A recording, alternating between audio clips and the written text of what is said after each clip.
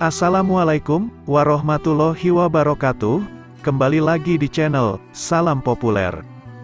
Kali ini, kita akan bahas detik-detik terbunuhnya Hamzah bin Abdul Muthalib di tangan seorang budak.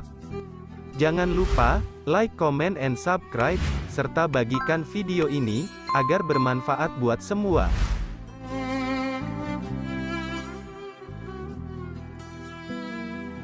Inilah detik-detik terbunuhnya Hamzah bin Abdul Muthalib, sang singa Allah di tangan seorang budak. Simak cerita selengkapnya. Perang Uhud pun tiba. Kedua pasukan sudah berhadapan. Hamzah berada di tengah-tengah medan perang dan kematian, mengenakan pakaian perang. Di dadanya terdapat bulu burung unta yang biasa ia kenakan saat berperang. Hamzah berkelebat ke sana kemari. Tebasan pedangnya selalu mengenai sasaran. Seakan-akan dialah yang menentukan kematian. Siapa yang diinginkan mati, maka orang itu akan mati. Kaum musyrikin pun berjatuhan. Pasukan Islam terus merangsek ke depan. Kemenangan sudah di depan mata. Sisa-sisa pasukan kafir lari tunggang langgang. Akan tetapi, regu pemanah pasukan Islam meninggalkan posisi mereka. Mereka turun dari atas bukit, ikut mengumpulkan rampasan perang.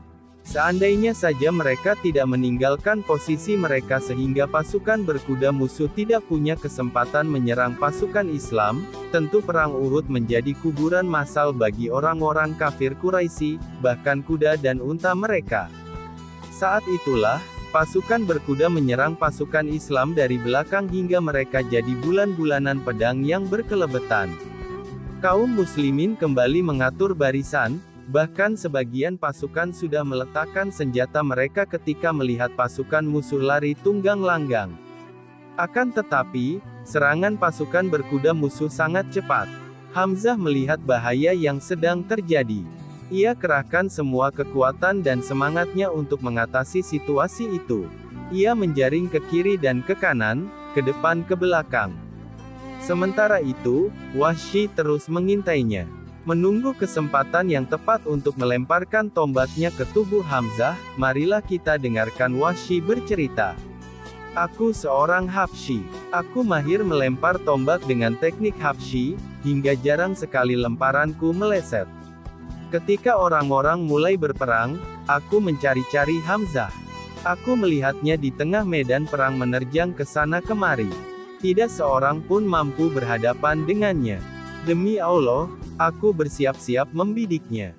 Aku bersembunyi di balik pohon, menunggu saat yang tepat, atau ia mendekat ke arahku. Tiba-tiba, seorang tentara kafir, Siba bin Abdul Uzza, menerjang ke arah Hamzah. Hamzah melihatnya, "Kesinilah, hai anak tukang sunat."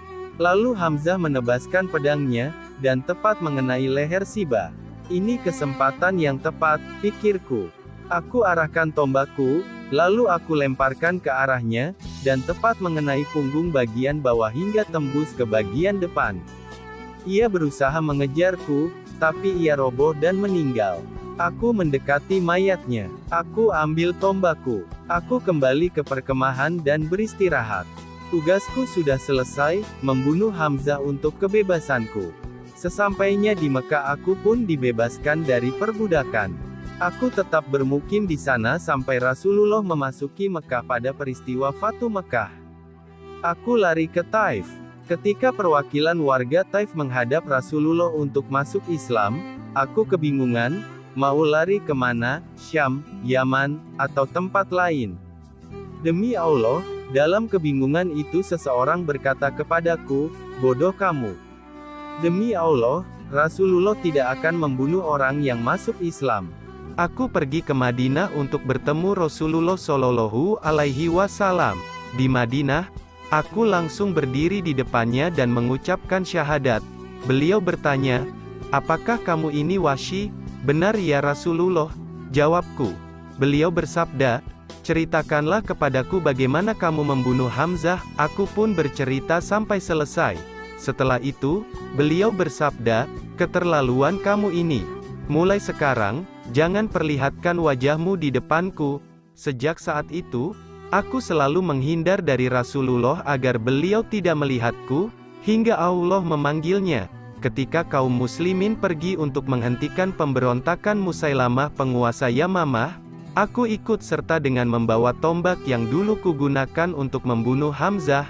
Di tengah berkecamuknya perang antara pasukan Islam dengan pasukan Musailamah berdiri menghunuskan pedang, aku siapkan tombakku, aku terus membidiknya.